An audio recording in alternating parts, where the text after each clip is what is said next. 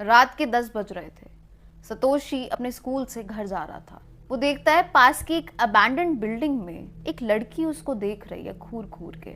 उन दोनों की नजरें मिलती हैं और वो लड़की सतोशी से पूछती है, मेरी टांगे कहाँ है? जिस पर सतोशी जवाब देता है, मुझे नहीं पता। इतने में ही वो लड़की उस बिल्डिंग की खिड़की से कूदकर नीचे आ जाती है और वो अपने हाथों के बल तेजी से उसकी तरफ भाग रही होती है।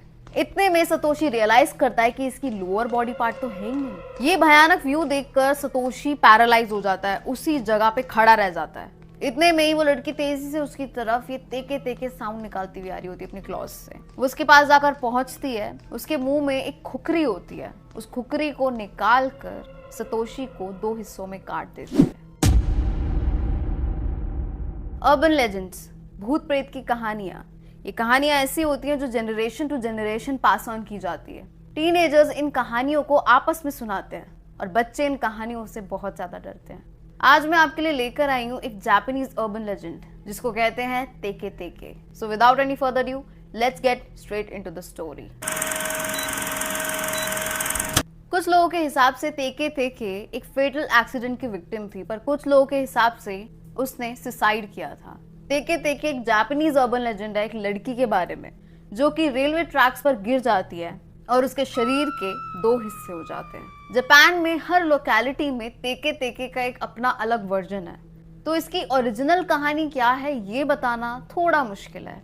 मैं आज इस अर्बन लेजेंड के 2 वर्जन आपको सुनाने जा रही हूँ। आप खुद ही डिसाइड कर लेना कि कौन सा वर्जन असली हो सकता है और कौन सा वर्जन मनगढ़ंत है। पहली कहानी हमें लेकर जाती है एक लड़की की तरफ। उस लड़की का नाम होता है काशिमा रेको। काशिमा अपनी परछाई से भी डरती है, वो बहुत डरपोक होती है। उसके इसी डर का फायदा उसके क्लासमेट्स उठाते हैं, वो उसको रोज बुली करते हैं। वो बेचारी रोने के अलावा कुछ कर ही नहीं पाती। एक रात काशिमा रेको रेलवे स्टेशन पे खड़ी होकर ट्रेन का वेट कर रही होती है क्योंकि उसे घर जाना होता है।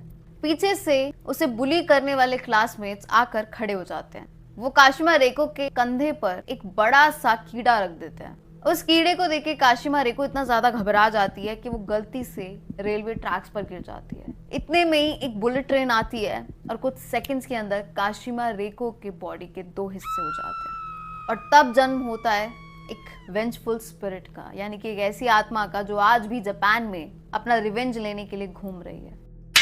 दूसरी कहानी हमें लेकर चलती है वर्ल्ड वॉर 2 के एंड की तरफ। वर्ल्ड वॉर 2 का जब अंत आ रहा था तब काशिमा रेको नाम की एक लड़की थी जिसको एक सोल्जर मोलेस्ट करता है, सेक्सुअली हरास करता है। वो जैसे तैसे अपने आप को बचाकर भाग रही होती है। उसके शरीर पर बहुत सारे जख्म होते हैं। वो घबराई हुई होती है, परेशान होती है। भागते भागते गलती से वो एक पुल से नीचे गिर जाती है और नीचे होते हैं रेलवे ट्रैक्स। वो रेलवे ट्रैक्स पर जाकर गिरती है। इतने में एक ट्रेन आती है और उसकी बॉडी के 2 हिस्से हो जाते हैं। वैसे तो उसकी मौत उसी टाइम हो जानी चाहिए थी, लेकिन अनफॉर्चुनेटली वो उस टाइम नहीं मरती।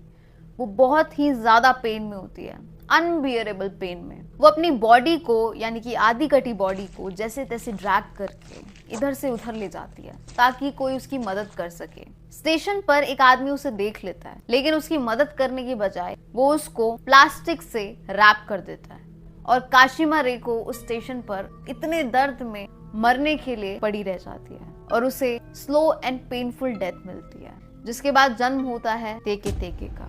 क्योंकि काशिमा रेको के पास उसकी अपर बॉडी ही होती है, इसीलिए जब वो इस वेंचफुल घोस्ट में बदलती है, यानी कि तेके तेके में बदलती है, तब तेके तेके के पास भी ऊपर की बॉडी का हिस्सा ही होता है। लोगों का कहना है कि जो तेके तेके है उसके पास हाथ नहीं होते, हाथ की जगह उसके पास क्लॉज होते हैं और ये क्लॉज उसको अपनी बॉडी को घसीटने में हेल्प करते हैं। इन दोनों वर्जन में से आप जिस भी वर्जन पे बिलीव करोगे, दोनों ही बहुत भयानक और दुखद वर्जन हैं, जिसमें तेके तेके विक्टिम होती है किसी ना किसी की।